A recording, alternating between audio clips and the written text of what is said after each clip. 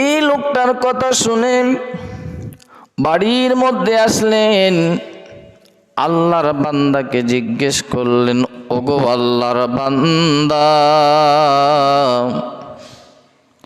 আপনি এই বাড়িটা কত লক্ষ টাকা ব্যয় করেছেন?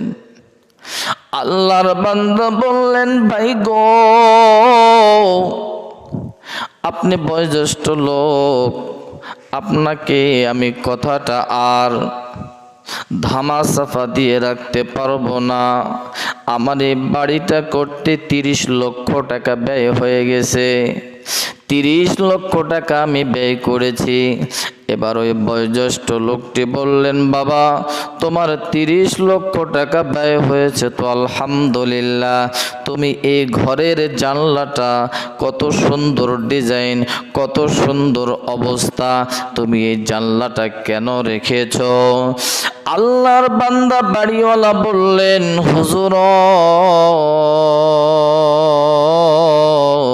আমি এই জানলাটা রেখেছি বাহিরের হাওয়া আসার জন্য, এই জানলাটা রেখেছি বাইরের আলো আসার জন্য, এই জানলাটা রেখেছি ঘরের ভিতর থেকে গ্যাসটা বাহিরে পাচার হওয়ার জন্য, আর বাহিরের আবহাওয়াগুলি ভিতরে ঢোকার জন্য।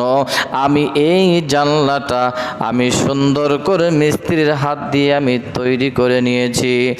আল্লাহর বান্দা বললেন, এ বাড়িওয়ালা ভাই, আপনি 30 লক্ষ টাকা দিয়ে এই বাড়িটা বানাইছেন, আপনার সমস্ত টাকাগুলি বৃথা, কোনো কাজে আসলো না, কোনো উপকারে আসলো না, আপনার নেকির কাজেও আসলো না। বাড়িওয়ালা বললেন, হুজুর, কেমনে বৃথা হয়ে গেল? এবার হুজুর বললেন, বাড়িওয়ালা ভাই, আপনি যদি প্রথমেই বলতেন এই ঘরের জানলাটা আমি তৈরি করে নিয়েছি মিস্ত্রিদের হাত থেকে, আমি এই জানলাটা এই জন্যই রেখেছি। ভাইজান, আপনি প্রথমে যদি বলতেন যে জানলাটা রাখার কারণ হলো আমি মুয়াজ্জিমের যেন আজান শুনতে পাই, আর যথারীতি যেন আমি 5 ওয়াক্ত নামাজ আদায় করতে পারি। বলেন সুবহানাল্লাহ। এখন প্রশ্ন করি,